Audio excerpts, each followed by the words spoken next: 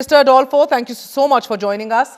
Considering the multiple reports, including the United Nations Security Council monitoring team's documentation of TTP, Al-Qaeda elements and other international terrorist organizations operating with varying degrees of freedom in eastern and southern Afghanistan, how should the USA and European partners be assessing the strategic risk of Afghanistan emerging as a sanctuary for transnational militant networks? And what specific threat indicators example, leadership presence or cross-border operational planning or training infrastructure are most compelling in your assessment? Well, first, it is a mounting and serious concern for the Trump administration. I can assure you through White House sources that I have been very tied to the current White House, that this is a growing concern. As you might imagine, much of the emphasis currently is on the Iranian crisis, but this is looming large for the United States. First, the TTP and its increased activity in Pakistan demonstrates two things. First, the growing strength of that organization with Afghani Taliban support. And secondly, the security threat that it's seriously posing to Pakistan. But we're seeing it beyond the regional concern we have for Pakistan and the region as one of reemerging ISIS and terrorist state-sponsored terrorism from Afghanistan, a repeat of what we've seen in the past. So it is a grave concern to the United States. Mr. Franco, multiple Western intelligence assessments, including the US and NATO sources, have cited continued Al-Qaeda leadership survival in Afghanistan. How does the USA interpret this persistent leadership footprint? And to what extent do you feel does this influence the US counterterrorism strategy and resource allocation in the broader region? Well, two things. It's going to strengthen our relationship immediately with Pakistan. As you know, our relationship with Pakistan has been a roller coaster one. Yep. There have been times of very strong cooperation and other times of great friction. Yes. The region as a whole is complicated with the Pakistan-India relationship. As you know, Pakistan alleges that India is supporting Afghani government's efforts to support the TTP. But beyond that, so we understand the geopolitical concerns in the region. Beyond that, our efforts are not going to be stepped up on counterinsurgency.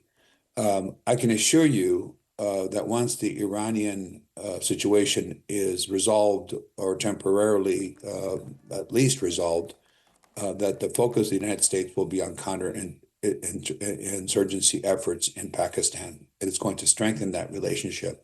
As an example, not directly related to your question, there is now going to be significant investment by the U.S. in southwest Pakistan, which is, of course, an internal conflict that exists there.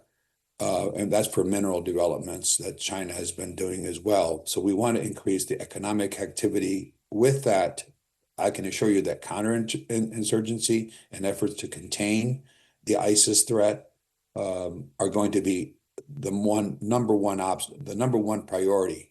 I envision that in a few years, the Afghan situation and ISIS itself is going to have to be dealt with by the United States. The thinking at the White House right now is the following: better to attack these issues now than a stronger ISIS and a stronger Taliban in the future. That's fair, but bear with me here. You know, the Doha Agreement did not successfully deliver sustained counterterrorism safeguards, and yet humanitarian funding is continuing. What makes the US continue providing funds to the Taliban regime with cash plates being given every week? And Afghanistan's post-2021 trajectory is continuously showing a rising instability across South Asia and Central Asia. And this is exemplified by increasing militant cross-border activities, narcotics trafficking, fractured governance, which has at times spilled over into neighboring countries. We're the biggest example. How does the US strategy reconcile these tensions? Because we've seen field reports, we've seen intelligence that indicates that increased infiltrators crossing from Afghanistan with documented identities and addresses. This is very common. So in this context, does the US policy towards Afghanistan and the broader region prioritize genuine regional stability, or is it just shaped by strategic tolerances for instability that serve other geopolitical interests? Well, those are excellent questions, and they're not issues that are going to be resolved immediately. You've touched on a number of subjects. Let me talk about the cash payments first. The United States is not providing cash to, no matter what the allegations. I know the former uh, vice president of Afghanistan has alleged that. The United States is not providing cash. It is true, the United Nations, which the Trump administration is not a fan of and is doing everything possible to disengage the U.S. From involvement, but we don't control the United Nations, is providing so-called humanitarian aid. I'm reaffirming what you're saying, and I've voiced my concerns with people at the White House, is that about 80% at least of the money that's provided on a weekly basis through UN organizations, about 80% of that goes to the Taliban. Very little of it goes to humanitarian aid. Now, it's disguised as humanitarian aid, but the United States does not support that. And in fact, there's legislation in our Congress, Republican legislation, to ban any resources tied to the U.S., certainly from our contributions to the United Nations, from going to the Taliban. So that is not the U.S. policy. But you're right about the counterinsurgency matters. It's not as though we have forgotten about ISIS or the Taliban or the threat that it poses. But we do have a crisis in neighboring Iran that is focusing all of our assets at the current time. It is true, though, that the mounting killing and the stepped up terrorist activities, that's what they are, and the harboring of TTP particularly, and ISIS related, and these organizations are all interrelated and supported, is of paramount concern. Now, that sounds like just a word, concern. It is going to beef up the relationship with Pakistan. There's no question.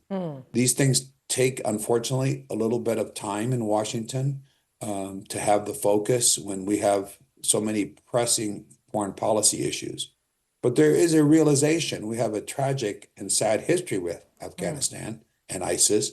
There's a realization this is a cancer. You're absolutely right. There's nothing other short of that. And it is an alarm that many of us are sounding, and it's being sounded strongly. And that can only mean additional counterintelligence and other types of assistance to Pakistan.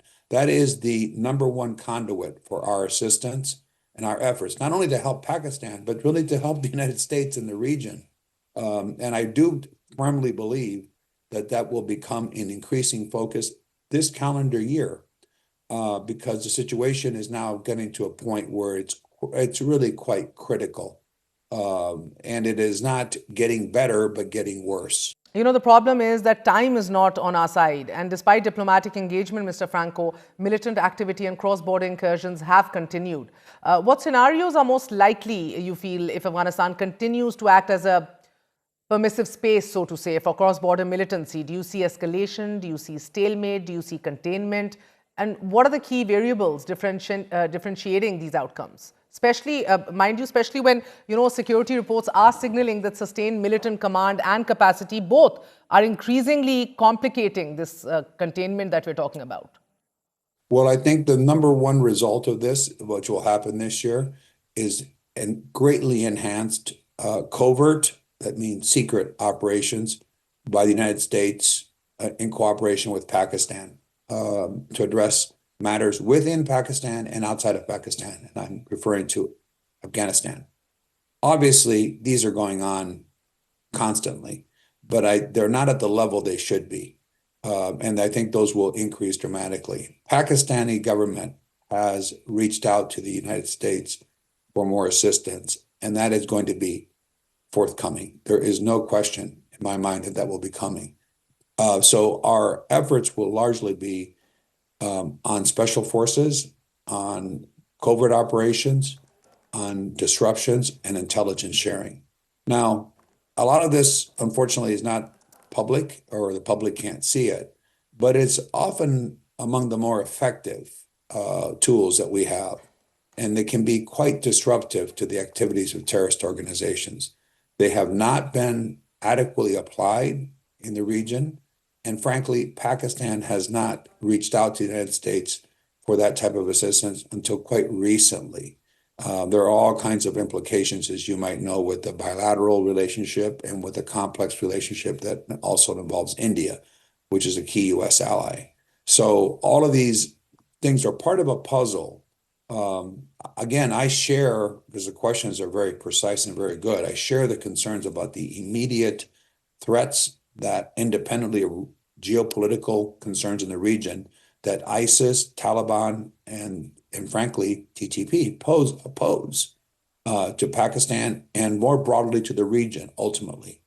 But I believe that what's going on and will be going on through covert operations is really a very significant thing that we can do that will disrupt these activities. But they need to be embraced immediately because this is a growing threat.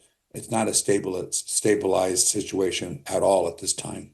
And sir, then Mr. Franco, what metrics do you feel should Pakistan and international partners be using to evaluate progress on counterterrorism cooperation with Afghanistan over the next 12 to 24 months?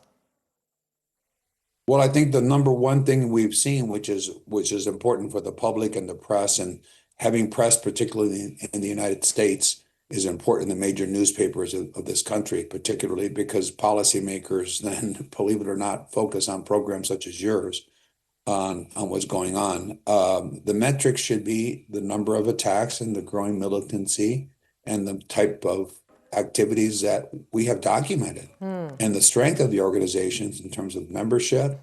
And we know that their operatives are there. They're larger, they're more brazen. The attacks on civilians and not just on security personnel, of course, and bases.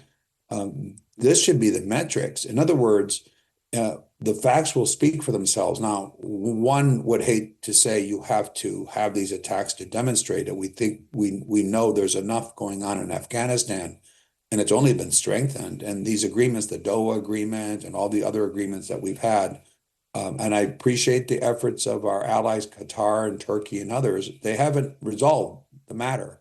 And until the United States gets involved, and again, the metrics is the growing strength which we can demonstrate of these organizations and their terrorist activities. Those are real, and those are, I don't think, require a lot of evidence or justification for this increased, at least initially, counterinsurgency efforts by the United States. बहुत बहुत शुक्रिया Adolfo Franco हमारे साथ मौजूद थे. Thank you very much Indeed for joining us. आपने गुफ्तगू सुनी, कह रहे थे कि कोवर्ट ऑपरेशन से कोशिश की जाएगी कि कलाकामा किया जाए दहशतगर्दों का. साथ वक्त की बात कर रहे थे कि इस हवाले से वक्त तो लगेगा क्योंकि अभी अमेरिका की तमाम तर तवज्जो ईरान पर मरकूज़ है, लेकिन इसी साल अमेरिका प्रायोरिटी लिस्ट के ऊपर अफ़गानिस्तान के ऊपर और spill over effects of terrorism के जो तमाम तर पड़ोसी बिलखसूस पाकिस्तान एक शिद्दत से जिसका सामना कर रहा है उसका अजाला किया जा सकते हैं. वॉशिंगटन पोस्ट की एक तहकीक में भी ये दावा किया गया नाजरीन कि अमेरिका असलहा तालिबान के हाथ आने के बाद पाकिस्तान में हमलों में शिद्दत आ गई है और पाकिस्तान में पकड़े गए कम अज़ कम 63 हथियारों के सीरियल नंबर भी अफगान फोर्सेस को फराहम किए गए हथियारों से मिलते हैं. It is a ever compounding problem. जिस तरह मैंने आपको सगार की एक रिपोर्ट के हवाले से भी पहले बताया, बट मल्टीपल इस तरह की साइटेशंस हैं, इंटेलिजेंस रिपोर्ट्स हैं, स्टडीज़ हैं जो ये साबित कर रही हैं कि डिफैक्टो अफगान रजीम की मौजूदगी में दहशतगर्दी में हर गुजरते दिन इजाफा हो रहा है, जिससे ना सिर्फ Pakistan as the front line victim मगर पूरी दुनिया गैर महफूज है. आज के लिए इजाज़त दीजिए.